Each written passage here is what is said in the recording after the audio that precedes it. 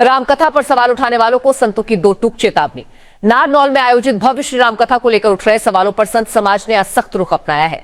रामकथा और आयोजक पर टिप्पणी करने वालों को अखिल अखाड़ा परिषद के राष्ट्रीय प्रवक्ता महंत गौरी शंकर दास, महामंडलेश्वर स्वामी ईश्वर दास, संस्थापक श्री कृष्ण रक्षाशाला, संगीत कृष्ण सांवरिया बाबा, अखिल भारतीय चतुर्थ संप्रदाय अध्यक्ष और जगत गुरु बालक देवाचार्य ने एक स्वर में कड़ी चेतावनी दी है। संतों ने स्पष्ट कहा कि धर्म, संत, समाज और श्रद्धा पर की जाने वाली टिप्पणी किसी भी स्थिति में बर्दाश्त नहीं की जाएगी। यदि कोई व्यक्ति जानबूझकर रामकथा जैसे पवित्र आयोजन की छवि धूमिल करने का प्रयास करता है तो उसके खिलाफ कानूनी कार्रवाई की जाएगी। संतों ने कहा कि आस्था करोड़ों लोगों का भावनात्मक विषय है और उस पर प्रहार करना असंवैधानिक ही नहीं, असामाजिक भी है। आज नारनौल में संत महापुरुषों के आगमन से रामकथा स्थल पर श्रद्धालुओं की भारी भीड़ उमड़ी।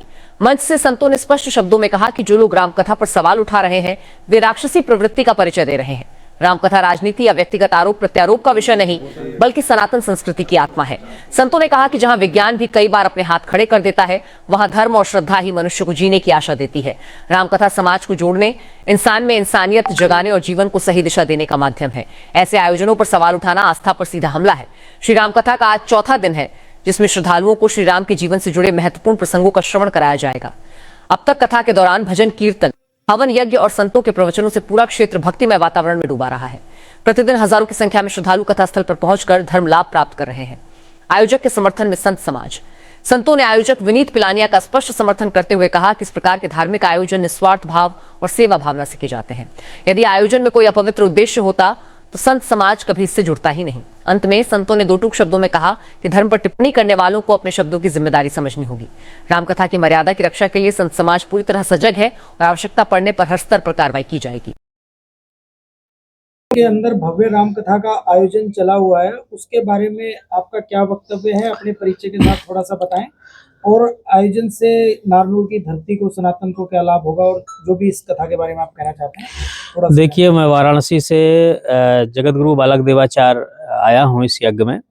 परम पूज्य प्रातः स्मरणीय पूज्य जगत गुरु रामानंदाचार्य स्वामी वैदेही वल्लभाचार्य जी महाराज ने पूरे देश के सभी संतों को यहाँ पर आह्वान किया है और लगभग सभी संत यहाँ पर पधार भी रहे हैं। देश के सर्वोच्च संत जगत गुरु और अखाड़ा परिषद से लेकर के अखाड़ा के श्री महंत चतुर्थ संप्रदाय के महान संत सभी यहाँ पर पधार रहे हैं और यहाँ आने के बाद सभी संत बहुत आनंदित हो रहे हैं इस आयोजन को देख करके कि जिस प्रकार से हरियाणा की पवित्र भूमि पर, नारनौल की पवित्र भूमि पर इतना बड़ा विशाल आयोजन और पूज्य जगत गुरु रामानंदाचार्य स्वामी रामभद्राचार्य जी भगवान के मुखारविंद से भगवान राम जी की अमृतमयी वर्षा जो हो रही है और जो पूज्य महाराज श्री वैदेही वल्लभाचार्य जी भगवान की जो शिष्य हैं विनीत जी, तो उन्होंने जो साहस किया है इस कार्यक्रम को करने के लिए निश्चित रूप से बहुत सराहनीय कदम है। क्योंकि पैसा तो इस भारत देश में 1 से 1 करोड़पति अरबपति पड़े हुए हैं,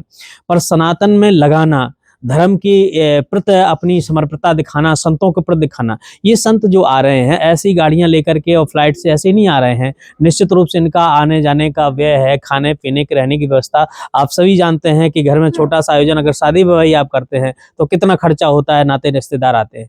तो इतना सनातन धर्म के प्रति वो मुखर होकर के कार्य कर रहे हैं। इससे देख करके लगता है कि उन्होंने दिल खोल करके इसमें अपना योगदान किया है। और जैसा हमारे यहाँ कहते हैं कि 10वां अंश धर्म में निकालना चाहिए, बल्कि मैं यहाँ पर देख रहा हूँ कि 10वां नहीं, वो 20% अपना धर्म का जो निकाल रहे हैं धर्म के लिए अपना अंश कमाई का।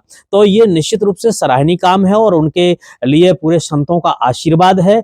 अब बीच में मुझे अभी एक अक्टूबर की एक दिखाई दी रिपोर्ट, तो मुझे लगा कि इस प्रकार के लोग आज भी धरती पर पड़े हुए हैं कि एक तो कोई सनातन के लिए खुल करके मुखर होकर के खर्चा करना चाहता है, पर उसके लिए भी लोग पड़े हुए हैं नाना प्रकार की अभद्र टिप्पणी करना कि ऐसा हो गया, छापा हो गया, ये हो गया। तमाम यूट्यूब सुन रहा था मैं, मुझे बड़ा दुख हुआ कि ये भारत भूमि ऋषियों की भूमि है और हरियाणा मतलब जहां हरि खुद आए हों, ऐसी भूमि पर इस प्रकार की टिप्पणियां करना, खुद तो आप उस आयोजन को कर नहीं पा रहे हो तो कम से कम आप विरोध भी तो मत करो, उसका सपोर्ट करना चाहिए।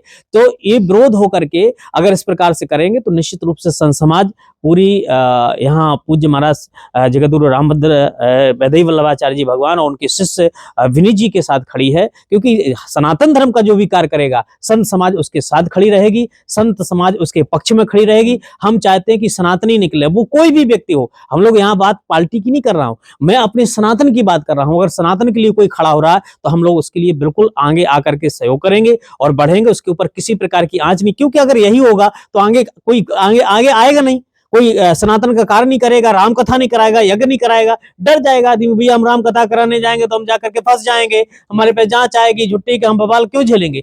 तो इस प्रकार की अगर गतिविधियां होंगी, आज एक व्यक्ति के साथ, एक भक्त के साथ होगी, कल दूसरा साहस नहीं जुटा पाएगा। तो इसलिए संत समाज पूरी उनके साथ खड़ी है। पूरे जितने लोग यहाँ पर आ रहे हैं, सब जो भी सुन रहा उनको कष्ट भी हो रहा है, और इतना भव्य आयोजन, इतनी भव्य व्यवस्था देख करके सब संतुष्ट हो रहे हैं, सब खुशी हो रहे हैं। तो निश्चित रूप से हमारा विनीत जी को आशीर्वाद भी है, हम सब उनके साथ खड़े हैं। विनीत जी की बात, महाराज, इस प्रकार की टिप्पणियों को क्या आप धर्म के ऊपर भी टिप्पणी मानते हैं? बिल्कुल, ये धर्म के ऊपर ही टिप्पणी है, कि कहने का मतलब कोई व्यक्ति सनातन धर्म का कार्य कर रहा है, अभी कोई भी अगर दूसरे धर्म की बातें आते हैं तो कोई बात नहीं उठाता है, लेकिन जब सनातन की बात आती है, चाहे वो राम जी से हो, चाहे वो का नाम से राम सेतु से हो, या किसी विषय से लेकर हो, तो चार लोग हमारे ही लोग बीच के खड़े होकर के विरोधाभास करने लग जाएंगे। एक महात्मा कितनी तपस्या करता है वो कोई नहीं दिखाता है, एक महात्मा कितने दिन व्रत रहता है ये कोई नहीं दिखाता है, कितने दिन भूखा रहता है, कितना अनुष्ठान करता है ये कोई नहीं दिखाता, लेकिन अगर एक महात्मा गाड़ी से जा रहा है तो वो दुनिया दिखाने लगती है, और बावन के तो बड़े जलवा है। कहने का भाव ये है कि कोई भी काम हम सनातन का करने जा रहे हैं, अगर हम पीछे ही रहेंगे तो जो मार्ग बताने वाला जब वही पीछे रहेगा तो हम मार्ग आपको बताएंगे कैसे? तो मार्ग बताने वाला तो आगे चलेगा, तभी तो हम मार्ग आपको बता पाएंगे। तो निश्चित रूप से जो इस प्रकार की बातें कर रहा वो सनातन विरोधी है, वो सनातन के विपक्ष खड़ा हुआ है, उसके जो मानसिकता में कहीं ना कहीं से एक विकार पैदा हो गया है। मुझे इतना ही कहूंगा एक संत होने के नाते, एक जगत गुरु द्वाराचार्य के नाते, कि उनको भगवान सद्बुद्धि दे। विनीत जी की बात आपने की, विनीत पिलानिया जी की, आपने उनके ऊपर लगे जो आरोप लग रहे हैं उनकी बात भी की, आपने भव्य आयोजन की बात भी की, लेकिन जो कथा सुनने के लिए आ रहे हैं, जिनका इन सब चीजों से कोई लेना देना नहीं है, उनको इस प्रकार के आयोजन से क्या लाभ होता है? और जो नारनौल की धरती पे आयोजन हो रहा है, तो यहाँ पर सनातन को क्या लाभ? बहुत सुंदर प्रश्न, बहुत सुंदर प्रश्न।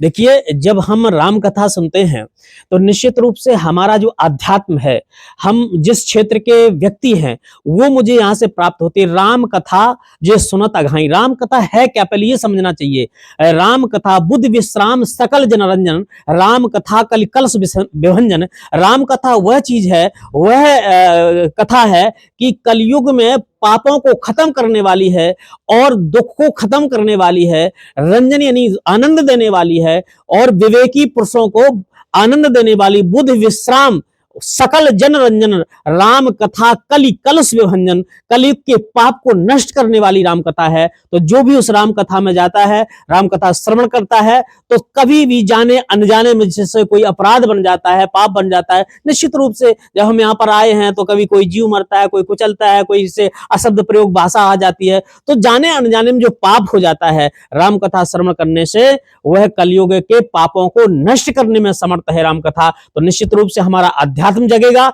हम भगवान की ओर जगेंगे, हमारी जो संस्कृति है वह सिंहस्थ रहेगी। आने वाली पीढ़ी उस कथा को सुन करके, जो आज हम माता पिता की सेवा नहीं कर पा रहे हैं, हमारी नई संतान आ रही, भटक जा रहे हैं, क्योंकि जो हमारी आज की पढ़ाई है उसमें ज्ञान तो है लेकिन संस्कार विहीन पढ़ाई है, संस्कार नहीं है। तो ऐसी स्थिति में इन कथाओं के माध्यम से आने वाली पीढ़ी को संस्कार भी मिलेगा और भगवत भक्ति प्राप्त होगी।